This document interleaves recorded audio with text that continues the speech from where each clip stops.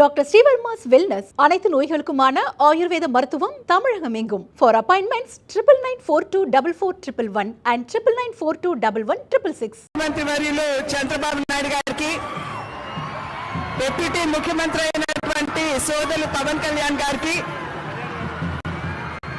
కూటమి నాయకులకి, కార్యకర్తలకి గుండెల నిండా జాతీయ భావాన్ని నింపుకుని భారతదేశానికి తమ ఐక్యమత్యాన్ని చాటడానికి వచ్చినటువంటి విశేష జనసంద్రానికి పేరు పేరున నమస్కారాలు నేను తెలియజేస్తున్నాను. ఇంతకు ముందున్నటువంటి పరిస్థితి దేశంలో పొరుగు దేశం నుండి ఉగ్రవాదులు మన దేశంలోకి వచ్చి మన సైనికుల్ని హతమార్చి వారి తలల్ని తెగ నరికి తీసుకుపోతూ ఉంటే గుడ్లప్పగిచ్చి చూసేటువంటి పరిస్థితి అప్పట్లో ఉండేది. కానీ 2014వ సంవత్సరం నుండి ఒక సమర్థవంతమైనటువంటి నాయకత్వం, ఒక దృఢమైనటువంటి నాయకత్వం దేశానికి లభించిన తర్వాత దేశ ఆంతరంగిక భద్రతతోటి, అదేవిధంగా దేశ సార్వభౌమత్యంతో చెలగాటమాడాలి అని చెప్పి చూసినట్లయితే దానికి ధీటైనట్టు జవాబు మనం అందరం కూడా ఈ మధ్య కాలంలోనే చూసాము. ఏప్రిల్ 22 26 అమాయకులైనటువంటి భారత పౌరుల్ని పొరుగు దేశం నుండి వచ్చినటువంటి ఉగ్రవాదులు పొట్టన పెట్టుకున్నప్పుడు మా ప్రజలతోటి వారి ప్రాణాలతోటి చెలగాట పాడినట్లయితే ఇదే మా జవాబు అంటూ పొరుగు దేశంలో ఉన్నటువంటి ఉగ్ర స్థావరాన్ని ధ్వంసం చేసి ఆ తర్వాత పాక్ మన పౌరుల మీద దాడి చేసినప్పుడు వారి డిఫెన్స్ స్థావరాలు ఏదైతే ఉన్నాయో వాటిని ధ్వంసం చేస్తూ సరిహద్దుల్లో వారి ప్రాణాల్ని సైతం లెక్క చేయకుండా భారత రక్షణకి, అదేవిధంగా భారతదేశ పౌరుల యొక్క ప్రాణాలకి రక్షణ వలయంగా నిలబడుతున్నటువంటి సైనికులకి, అదేవిధంగా ప్రధాని నరేంద్ర మోడీ గారికి ఈరోజు సంఘీభావం తెలుపుతూ దేశవ్యాప్తంగా కూడా తిరంగా యాత్రలు తీయడం జరుగుతున్నది.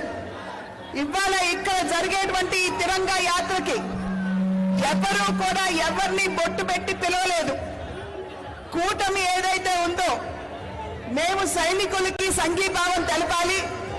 అందులోనూ మన రాష్ట్రానికి చెందినటువంటి ముద్దుబిడ్డ మురళీ నాయక్ తన ప్రాణం కోల్పోయినటువంటి సందర్భంలో ధీటైనటువంటి సమాధానం ఇచ్చేటువంటి వారికి అండగా నిలబడాలి అనేటువంటి ఆలోచనతోటి ప్రతి ఒక్కరూ కూడా పౌరులందరూ స్వచ్ఛందంగా ఇవాళ ఇంత పెద్ద సంఖ్యలో ఇక్కడికి వచ్చి సంఘీభావం తెలపడం అన్నది ఇది నిజంగా ఇక్కడికి వచ్చినటువంటి ప్రతి ఒక్కరికి నేను శిరస్సు వంచి నమస్కరిస్తున్నాను అని చెప్పి తెలియజేస్తూ, ఏదైతే నరేంద్ర మోడీ గారు ఒక దృఢమైనటువంటి సందేశాన్ని ఇచ్చారో, ఉగ్రవాదం చర్చలు సమాంతరంగా వెళ్ళలేవు, అదేవిధంగా ఉగ్రవాదం వాణిజ్యం సమాంతరంగా వెళ్ళకూడదు, అదేవిధంగా నీరు రక్తం సమాంతరంగా పారలేవు అనేటువంటి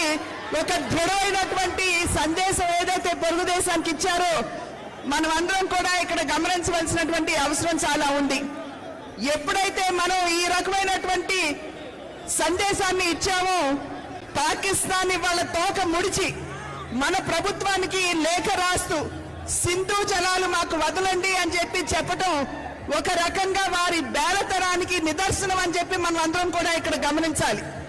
కనుక ఇటువంటి సందర్భంలో మన దేశం గడ్డు కాలాన్ని ఎదుర్కొంటున్నటువంటి నేపథ్యంలో ఖచ్చితంగా సైనికులకి అండదండగా నిలబడుతూ వారికి సంఘీభావాన్ని ఏ విధంగా ఇక్కడ మీరందరూ తెలియజేశారో రాబోయే కాలంలో కూడా తెలియజేయాలి అని చెప్పి అభ్యర్థిస్తూ మరి ఒక్కసారి ఇక్కడికి వచ్చినటువంటి పుర పౌరులకి, అదేవిధంగా 3 పార్టీలకి చెందినటువంటి నాయకులకి, కార్యకర్తలకి పేరు పేరున నా ధన్యవాదాలు తెలియజేసుకుంటూ సెలవు తీసుకున్నాను. నమస్కారం. జై హింద్.